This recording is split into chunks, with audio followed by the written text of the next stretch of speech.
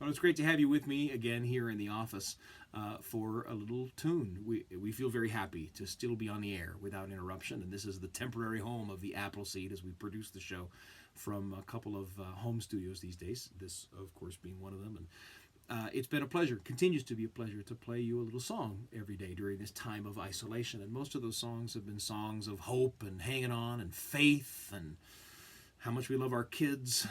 But this song is about none of those things. This is nothing more than a song about pirates. Kim Waggoner, an old friend, requested it, and so I'm going to do it.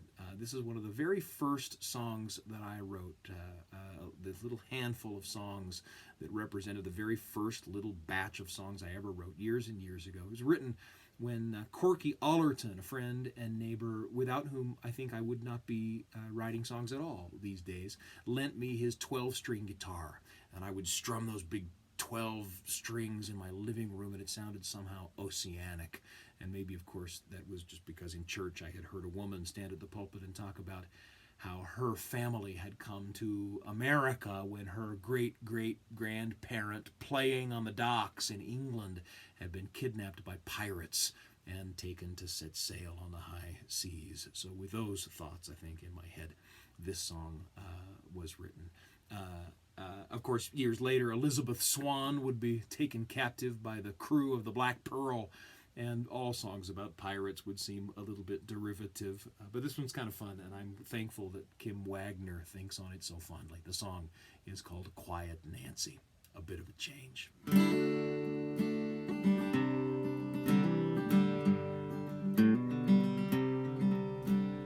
Carried away from the New England shore by a ship full of desperate criminal men, and watching her home disappear in the distance, she knew she would not see that shoreline again. The town mayor's girl with a pistol point stuck in her side, stolen away for the bride of the boy with a sea in his eyes, as they sailed away from there.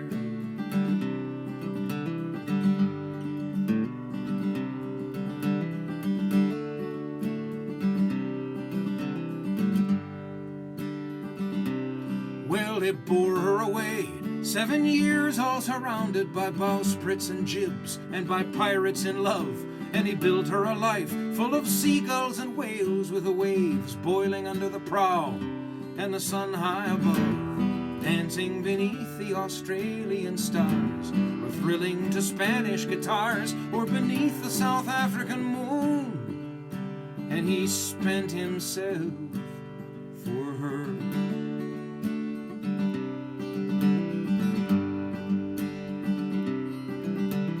Then came the day when the 6 Navy mainmasts appeared in a line on a misty horizon, and there on the deck of the flagship her father was standing with full 40 cannon aimed straight at their bow.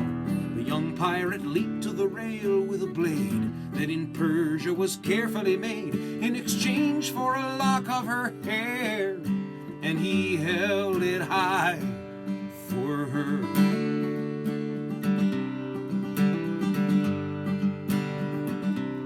Well, he glanced at her once and dove into the fray, while the Navy men poured from the 6 ships around them. And as the boy swung his bright saber, the morning was ripped stem to stern by the single report of a gun. The girl saw her father surrounded in smoke, and in one breathless moment she looked, and the boy locked her dead in his gaze as his life went out for her.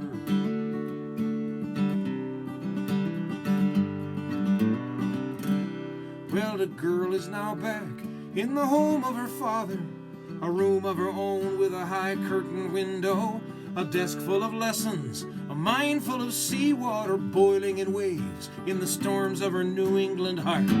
His father sits reading the newspaper. All she can see is the sea and the smoke and the boy with the sea in his eyes as they sailed away from there.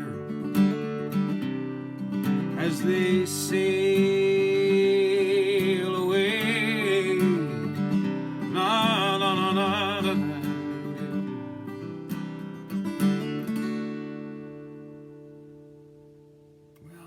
Quiet Nancy, a song not at all about hope or hanging on, but it is a bit maybe about being taken indoors after being out in the world. So I guess it's appropriate to the time.